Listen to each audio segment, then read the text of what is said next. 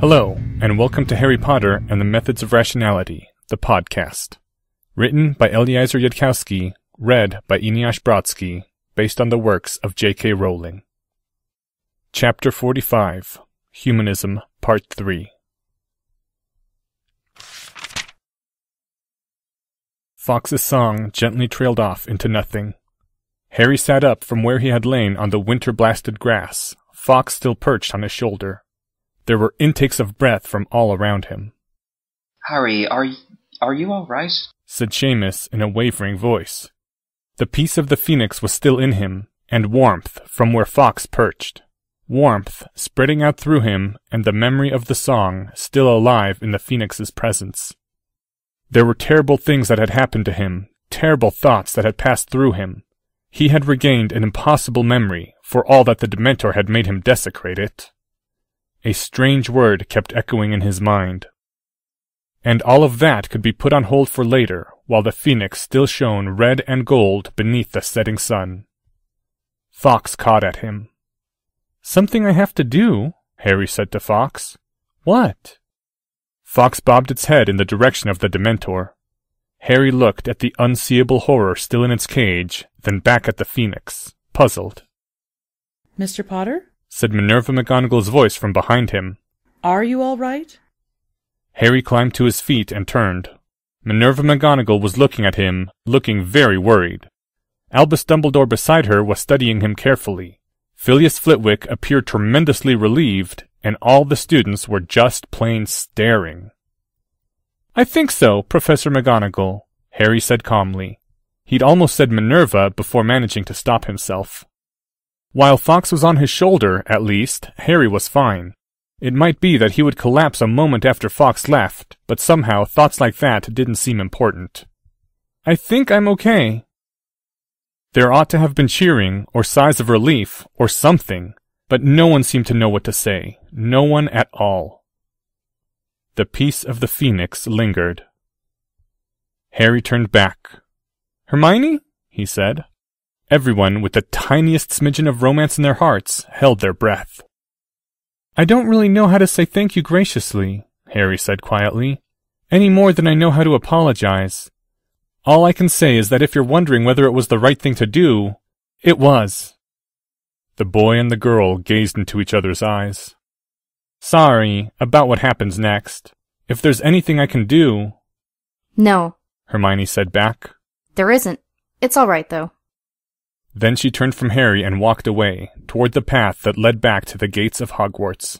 A number of girls gave Harry puzzled looks, and then followed her. As they went, you could hear the excited questions starting. Harry looked at them as they left, turned back to look at the other students. They'd seen him on the ground, screaming, and... Fawkes nuzzled his cheek, briefly. And that would help them, someday, understanding that the boy who lived could also be hurt, could be wretched, so that when they were hurt and wretched themselves, they would remember seeing Harry writhing on the ground, and know that their own pain and troubles didn't mean they'd never amount to anything. Had the headmaster calculated that, when he had let the other students stay and watch? Harry's eyes went back to the tall, tattered cloak, almost absent-mindedly, and without really being aware of what he was speaking, Harry said, "It shouldn't ought to exist." "Ah," said a dry, precise voice. "I thought you might say that. I am very sorry to tell you, Mr. Potter, that Dementors cannot be killed. Many have tried." "Really?" Harry said, still absent-mindedly. "What did they try?" "There is a certain extremely dangerous and destructive spell, which I will not name here. A spell of cursed fire. It is what you would use to destroy an ancient device such as the Sorting Hat. It has no effect on Dementors. They are undying." "They are not undying," said the headmaster, the words mild, the gaze sharp. "They do not possess eternal life. They are wounds in the world, and attacking a wound only makes it larger." Harry said. "Suppose you threw it into the sun. Would it be destroyed?" "Throw it into the sun?" squeaked Professor Flitwick, looking like he wanted to faint. "It seems unlikely, Mr. Potter," Professor Quirrell said dryly. "The sun is very large, after all. I doubt the Dementor would have much effect on it. But it is not a test I would like to try, Mr. Potter, just in case. I see, Harry said. Fox cawed a final time, mantled his wings around Harry's head, and then launched himself from Harry. Launched himself straight toward the Dementor, screaming a great piercing cry of defiance that echoed around the field. And before anyone could react to that, there was a flash of fire, and Fox was gone. The peace faded, a little. The warmth faded, a little. Harry took in a deep breath, let it out again. Yep, Harry said. Still alive. Again that silence. Again the absence of cheering. No one seemed to know how to respond. It is good to know you are fully recovered, Mr. Potter, Professor Quirrell said firmly, as though to deny any other possibility. Now, I believe Miss Ransom was up next. That started a bit of an argument, in which Professor Quirrell was right and everyone else was wrong. The defense professor pointed out that, despite the understandable emotions of all concerned, the chance of a similar mishap occurring to any other student verged on the infinitesimal, the more so as they now knew to avoid mischances with wands. And meanwhile, there were other students who needed to take their own best chance at casting a corporeal Patronus charm, or else learned the feeling of a Dementor so they could flee, and discovered their own degree of vulnerability. In the end, it turned out that Dean Thomas and Ron Weasley of Gryffindor were the only ones left who were still willing to go anywhere near the Dementor, which simplified the argument. Harry glanced in the Dementor's direction. The word echoed in his mind again. All right. If the Dementor is a riddle, what is the answer? And just like that, it was obvious. Harry looked at the tarnished, slightly corroded cage. He saw what lay beneath the tall, tattered cloak. That was it, then. Professor McGonagall came and spoke to Harry. She hadn't seen the worst of it, so there was only a slight glitter of water in her eyes. Harry told her that he needed to talk to her afterward and ask a question he'd put off for a while, but that didn't need to happen right now if she was busy. There was a certain look about her which suggested that she had been pulled away from something important, and Harry observed this to her and said that she honestly didn't need to feel guilty about leaving. This earned him something of a sharp look, but then leave she did, hurriedly, with a promise that they would talk later. Dean Thomas cast his white bear again, even in the Dementor's presence, and Ron Weasley put up an adequate shield of sparkling mist, which concluded the day so far as everyone else was concerned, and Professor Flitwick began to herd the students back to Hogwarts. When it was clear that Harry meant to stay behind, Professor Flitwick looked at him quizzically, and Harry, for his part, glanced significantly at Dumbledore. Harry didn't know what Professor Flitwick made of that, but after a sharp gaze of warning, his head of house departed. And so remained only Harry, Professor Quirrell, Headmaster Dumbledore, and an Auror trio. It would have been better to get rid of the trio first, but Harry couldn't think of a good way to do that. All right, said Auror Komodo. Let's take it back. Excuse me, Harry said. I'd like to have another go at the Dementor. Harry's request was met with a certain amount of opposition of the "You're completely insane" variety, though it was only Auror Bootnaro who actually said that out loud. Fox told me to, Harry said. This did not overcome all the opposition, despite the look of shock it produced on Dumbledore's face. The argument went on, and it was starting to wear the edges off the Phoenix's remaining piece, which annoyed Harry, though only a little. Look, Harry said, I'm pretty sure I know what I was doing wrong before. There's a kind of person who has to use a different sort of warm and happy thought. Just let me try it, okay? This did not prove persuasive either. I think, Professor Quirrell said finally, staring at Harry with narrowed eyes, that if we do not allow him to do this under supervision, he may, at some point or another, sneak off and look for a Dementor on his own. Do I accuse you falsely, Mr. Potter? There was an appalled pause at this. It seemed like a good time to play his trump card. I don't mind if the headmaster keeps his own Patronus up, Harry said. For I will be in the presence of a Dementor just the same, Patronus or no. There was confusion at this. Even Professor Quirrell looked puzzled. But the headmaster finally acceded, since it didn't seem likely that Harry could be hurt through 4 Patronuses.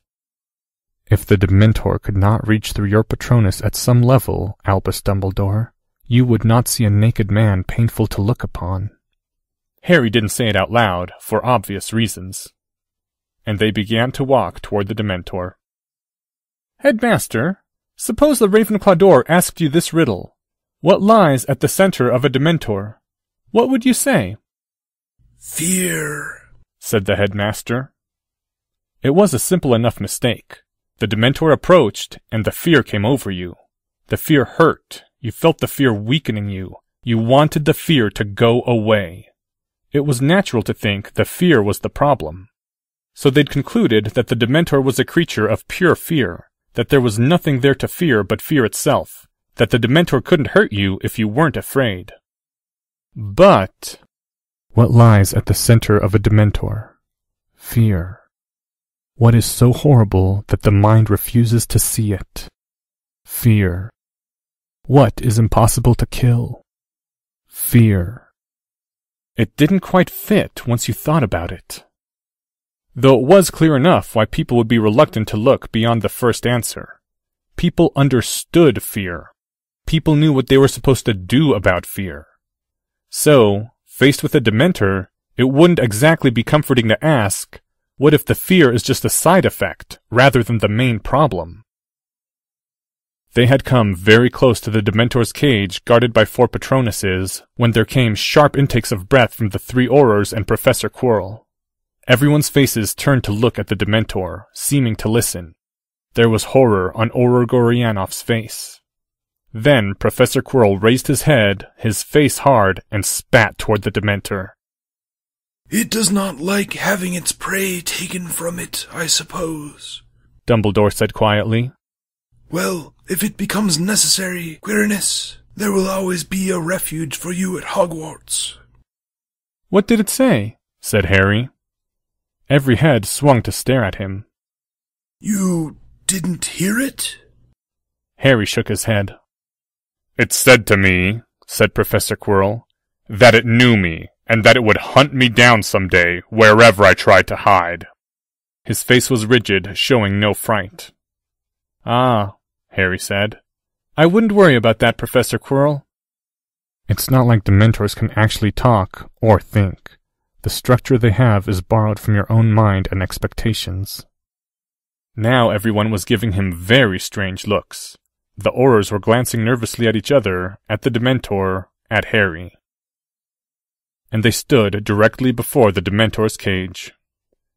They are wounds in the world, Harry said. It's just a wild guess, but I'm guessing the one who said that was Godric Gryffindor. Yes. How did you know? It is a common misconception, thought Harry, that all the best rationalists are sorted into Ravenclaw, leaving none for the other houses.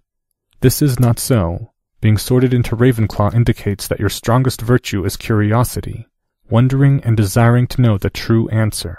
And this is not the only virtue a rationalist needs. Sometimes you have to work hard on a problem and stick to it for a while. Sometimes you need a clever plan for finding out. And sometimes what you need more than anything else to see an answer is the courage to face it. Harry's gaze went to what lay beneath the cloak, the horror far worse than any decaying mummy. Rowena Ravenclaw might also have known, for it was an obvious enough riddle once you saw it as a riddle. And it was also obvious why the Patronuses were animals. The animals didn't know, and so were sheltered from the fear. But Harry knew, and would always know, and would never be able to forget. He tried to teach himself to face reality without flinching, and though Harry had not yet mastered that art, still those grooves had been worn into his mind, the learned reflex to look toward the painful thought instead of away. Harry would never be able to forget by thinking warm, happy thoughts about something else, and that was why the spell hadn't worked for him. So Harry would think a warm, happy thought that wasn't about something else.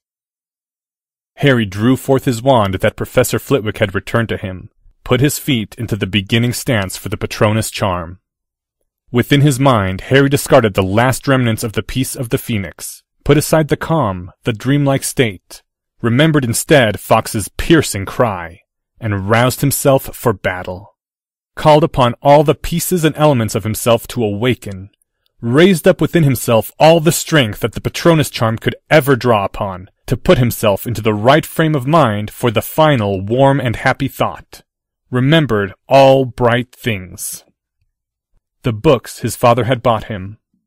Mum's smile when Harry had handmade her a Mother's Day card, an elaborate thing that had used half a pound of spare electronics parts from the garage to flash lights and beep a little tune, and had taken him 3 days to make. Professor McGonagall telling him that his parents had died well, protecting him, as they had. Realizing that Hermione was keeping up with him and even running faster, that they could be true rivals and friends. Coaxing Draco out of the darkness, watching him slowly move toward the light. Neville and Seamus and Lavender and Dean and everyone else who looked up to him, everyone that he would have fought to protect if anything threatened Hogwarts. Everything that made life worth living. His wand rose into the starting position for the Patronus charm. Harry thought of the stars, the image that had almost held off the Dementor even without a Patronus. Only this time Harry added the missing ingredient. He'd never truly seen it, but he'd seen the pictures and the video. The Earth, blazing blue and white with reflected sunlight as it hung in space, amid the black void and the brilliant points of light. It belonged there, within that image, because it was what gave everything else its meaning. The Earth was what made the star significant, made them more than uncontrolled fusion reactions, because it was Earth that would someday colonize the galaxy and fulfill the promise of the night sky. Would they still be plagued by Dementors, the children's children's children, the distant descendants of humankind as they strode from star to star? No, of course not. The Dementors were only little nuisances, paling into nothingness in the light of that promise. Not unkillable, not invincible, not even close. You had to put up with little nuisances if you were one of the lucky and unlucky few to be born on Earth, on ancient Earth as it would be remembered someday. That too was part of what it meant to be alive if you were one of the tiny handful of sentient beings born into the beginning of all things, before intelligent life had come fully into its power. That the much vaster future depended on what you did here, now, in the earliest days of dawn, when there was still so much darkness to be fought, and temporary nuisances like Dementors. Mum and Dad, Hermione's friendship and Draco's journey, Neville and Seamus and Lavender and Dean, the blue sky and brilliant sun and all bright things, the Earth, the stars, the promise, everything humanity was and everything it would become. On the wand, Harry's fingers moved into their starting positions. He was ready now to think the right sort of warm and happy thought. And Harry's eyes stared directly at that which lay beneath the tattered cloak, looked straight at that which had been named Dementor. The void, the emptiness, the hole in the universe, the absence of color and space, the open drain through which warmth poured out of the world. The fear it exuded stole away all happy thoughts. Its closeness drained your power and strength. Its kiss would destroy everything that you were. I know you now, Harry thought as his wand twitched, once, twice, thrice, and 4 times, as his finger slid exactly the right distances. I comprehend your nature. You symbolize death. Through some law of magic, you are a shadow that death casts into the world. And death is not something I will ever embrace. It is only a childish thing that the human species has not yet outgrown. And someday, we'll get over it, and people won't have to say goodbye anymore. The wand rose up and leveled straight at the Dementor. Expecto Patronum! The thought exploded from him like a breaking dam, surged down his arm into his wand, burst from it as blazing white light. Light that became corporeal, took on shape and substance. A figure with 2 arms, 2 legs, and a head, standing upright. The animal Homo sapiens, the shape of a human being. glowing brighter and brighter as Harry poured all his strength into his spell, blazing with incandescent light brighter than the fading sunset. The Aurors and Professor Quirrell shielding their eyes in shock. And someday, when the descendants of humanity have spread from star to star, they won't tell their children about the history of ancient Earth until they're old enough to bear it. And when they learn, they'll weep to hear that such a thing as death had ever once existed. The figure of a human shone more brightly now than the noonday sun, so radiant that Harry could feel the warmth of it on his skin. And Harry sent out all his defiance at the shadow of death, opening all the floodgates inside him to make that bright shape blaze even brighter and yet brighter. You are not invincible, and someday the human species will end you. I will end you if I can, by the power of mind and magic and science. I won't cower in fear of death, not while I have a chance of winning. I won't let death touch me. I won't let death touch the ones I love. And even if you do end me before I end you, another will take my place. And another, until the wound in the world is healed at last. Harry lowered his wand, and the bright figure of the human faded away. Slowly, he exhaled.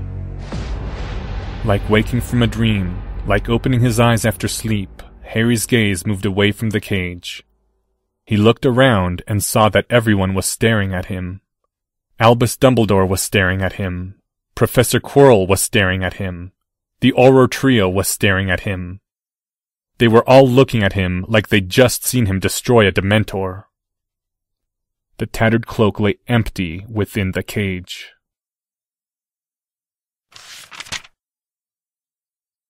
End Chapter 45.